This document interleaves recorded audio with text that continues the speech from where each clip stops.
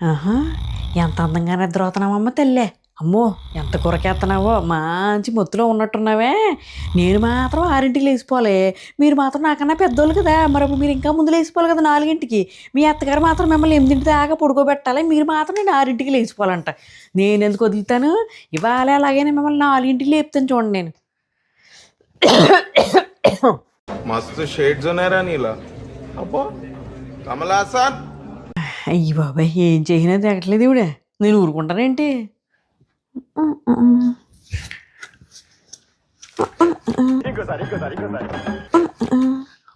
Ready ready. ఎవరు ఎవరు sound చేస్తున్నారు? ఎవరో లేరండి. ఎవరది? నేనేనండి అత్తమ్మ గారు. మెరుపు. అయ్య బాబా తెగండి లేనిపోని సంత ఉన్నారా అండి? అయ్య బాబు ఉలుకు పలుకు లేదంటండి బాబా. నేనేదో చేద్దాం అనుకుంటే ఏదో అయ్యేలాగుంది. మాట్లాడండి బాబా. ఉన్నారండి? ఏమండో లేకండి అండి బాబా. నీళ్ళు గారు ఎట్టరమ్మంటారండి? ఈవిడంటే ఇలా బిగుసిపోయింది. ఏమండి అత్తమ్మ గారు? నీళ్ళ నీ ఎదమా ఏంటి ఆ జుట్టు అంటే అట్ట తగలు పెట్టావు? దానికి అది కట్టుకోనన్నా కట్టుకోవచ్చుగా. అంటేనండి ఈ మధ్యకాలంలో ఫ్యాషన్ అండి. ఇలా జల్లేసుకోవట్లే కదండి. అందుకే నేను అలా ఇప్పుకుని తిరుగుతున్నానండి. ఫ్యాషనా నీ మొహమా?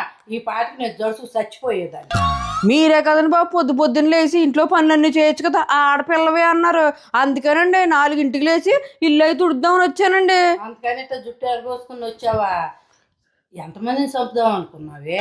ఎంత మాట అన్నారండి బాబు. మీరు అలా బిగిసిపోతారని నేను ఎక్కడ అనుకున్నానండి. ఏదో మొత్తానికి తుడితే పైకి లేచానండి. కంగారు అడిపోయారండి మీరు. వెళ్ళి ఆ కిచెన్లో పనిచేసి తగలబెట్టు. ఇక్కడెందుకు నన్ను జరిపిస్తాకి? వెళ్ళు అవగాడికి. నేను పడుకుంటాగా నెల్లు. ఛీ! ప్లాన్ అంతా పోయింది. ఇంకా నయ్యం ఈవిడ పోలేదు.